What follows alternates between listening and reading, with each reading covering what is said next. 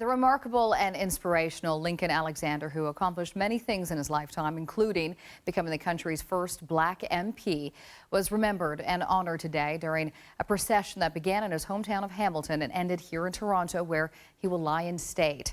Lama Nicola with more on today's service. Bagpipes played in honor of a man whose entire life was dedicated to breaking down barriers. Lincoln Alexander died Friday at the age of 90. The procession arrived at Queen's Park, where he will lie in state.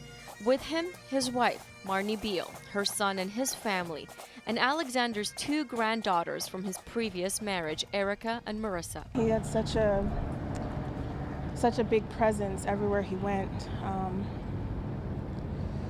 And I think that he was proud of his work that he did, and he was very confident in what he did.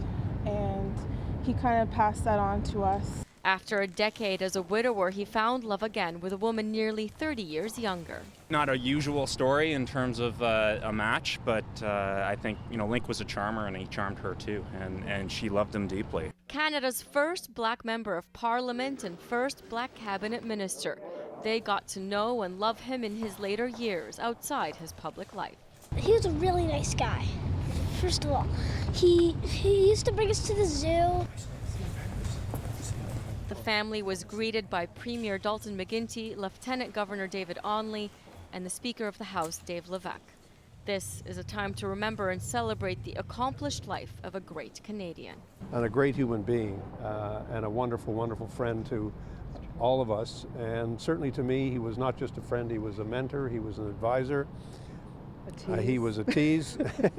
What I remember is his enormous warmth, his generosity of spirit, and his capacity for friendship. Every time I saw him, he would hold on to my hand very, very tightly, and he would always say some encouraging and some uplifting words for me. So it is going to be very difficult for me. It is very difficult today to know that I will not see him, in the legislature, and he will not hold my hand another time. The former lieutenant governor will lie in state here tomorrow before he returns to Hamilton Tuesday, where he will lie in state at City Hall for 2 days. His funeral is Friday. Lama Nicola, Global News. And public reaction to Lincoln Alexander's death continues to pour in at Queen's Park tonight. Have a listen. We're from Guelph, where Lincoln Alexander was head of the University of Guelph there, and actually gave me my degree when I graduated. Wow. So yeah.